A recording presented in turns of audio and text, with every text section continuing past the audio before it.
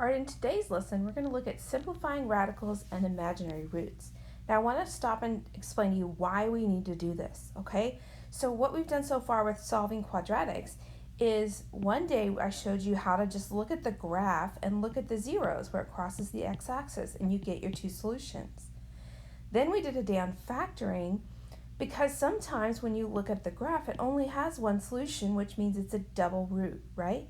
So factoring and graphing works great for these two kinds of scenarios when you're dealing with quadratics. But what about if it never touches the x-axis?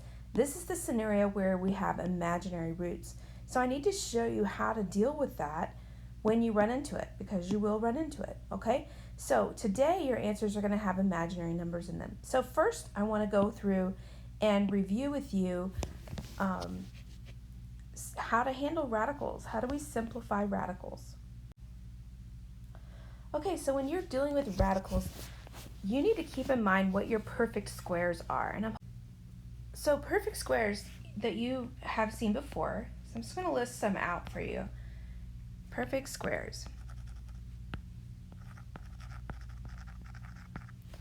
All right, so perfect squares would be 1 is a perfect square, 2 squared is 4, 3 squared is 9, 4 squared is 16, 5 squared is 25, 6 squared is 36, 7 squared is 49, 8 squared is 64, 9 squared is 81, on and on and on. 10 squared is 100. Those are my perfect squares. Why do you need to know that? Because perfect squares are going to really help you as we reduce radicals. That's the first thing we're going to look at. So let's look at this first one here. It's the square root of 9. So 9 is a perfect square. So remember, that's just 3 times 3. And the rule of thumb is if a value repeats itself under the radical, it can jump outside the radical. So this just becomes a 3. That's all it is. It's just 3. All right, so look at number 2. Square root of 12. I need to factor that down, and you want to try to factor it down with perfect squares. I could do 6 times 2, but 6 and 2 are not perfect squares. So if there's a way to factor it with perfect squares, you want to do that. It'll save you time. So I know that 12 is also 4 times 3. And 4 is a perfect square. So I know that 4 is a perfect square of 2. So that means I can move a 2 outside the radical. So the 4 is no longer there. I'm going to move the 2 outside, and that leaves me with a 3 inside. And that's my completely reduced radical. Look at number 3. Okay, there's a 2 outside. Leave the 2 alone. It's no big deal. We'll just hang it on for the ride. Now, square root of 45. If I reduce that, 45 is 9 times 5. So 9 is a perfect square of 3. So if I take the 9 out as a 3, that 3 is going to come out here, and I multiply it out front. So it becomes 6 times the square root of 5. 5 cannot be reduced any further, so I know I'm done. Look at number 4. There's a negative out there, but don't let that freak you out. It's fine. Leave it alone. It's just like a -1, so just leave it out there. Now, 75 I can reduce by 20. Not reduce, but factor it by 25 times 3, right? 25 is a perfect square of 5, so the 5 comes out front. And I would leave the 3 alone because I can't reduce it any further. So now I have -5 square roots of 3. Number 5, 540. When you get big numbers, sometimes you're going to have to do it in multiple steps. The first thing that I recognize is 540 has a 0 at the end, means I can divide out a 10. That would give me 10 times 54, right? Well, those aren't perfect squares, so I need to keep going. So if I take 10, I factor it to get 5 times 2. 54 is 9 times 6. So if I look at that, do I have a perfect square? I do. The 9 is a perfect square. I can take it out as a 3. Now, am I done? Is there anything left that I can continue factoring? Well, the 5 I can't reduce anymore. The 2 I can't reduce, but the 6 I can. I can reduce that into 2 times 3. And then I have a pair of 2's, and I can take that out. And when I take it out, I'm going to multiply it by what's outside already. So I move the 2 out, and I will have 2 times 3 gives me 6. On those two, the 2's inside are gone, but what's left is 5 and 3, so I need to multiply those back together. So 6 square roots of 15 is my final answer. Now, what does this have to do with imaginary numbers? Well, here's what I want to bring up for you. This is kind of new. The square root of -1 is I, and it's a cursive I. It's imaginary. This is where the imaginary part comes in. All right, so we're going to start seeing radicals with a negative underneath it. So that means I can take an I out, which is bizarre to say out loud, but you can't. You can factor an I out.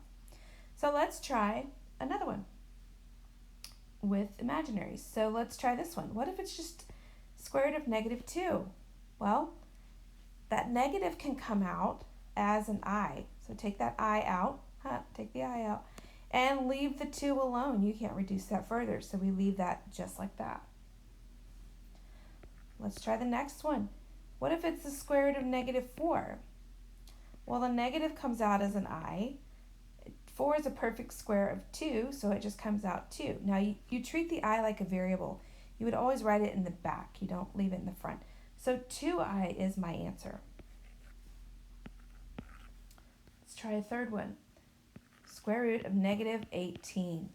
Okay, I know the negative comes out as I, and then I keep on doing what I was doing previously. 18 I can factor it with 6 and 3, but those aren't perfect squares. So I'm going to use 9 times 2. I know the 9 can come out as a perfect square of 3. So 3I, remember put the I in the back, and leave the square root of 2 hanging on for the ride. Number 4. What if it looks like this? 2 square roots of -27. All right, so take it in steps. Move that negative out as an I. And let's factor out the 27. 27 is 3 times 9, or 9 times 3. 9 is a perfect square. I can take a 3 out, and I can multiply it by what's outside already. So that gives me 6I square roots of 3.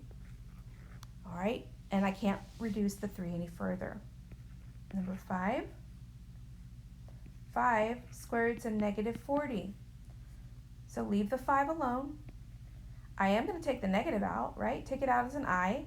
And now I have 40 underneath. Well, how can I reduce 40 with perfect squares? Well, 4 times 10, right?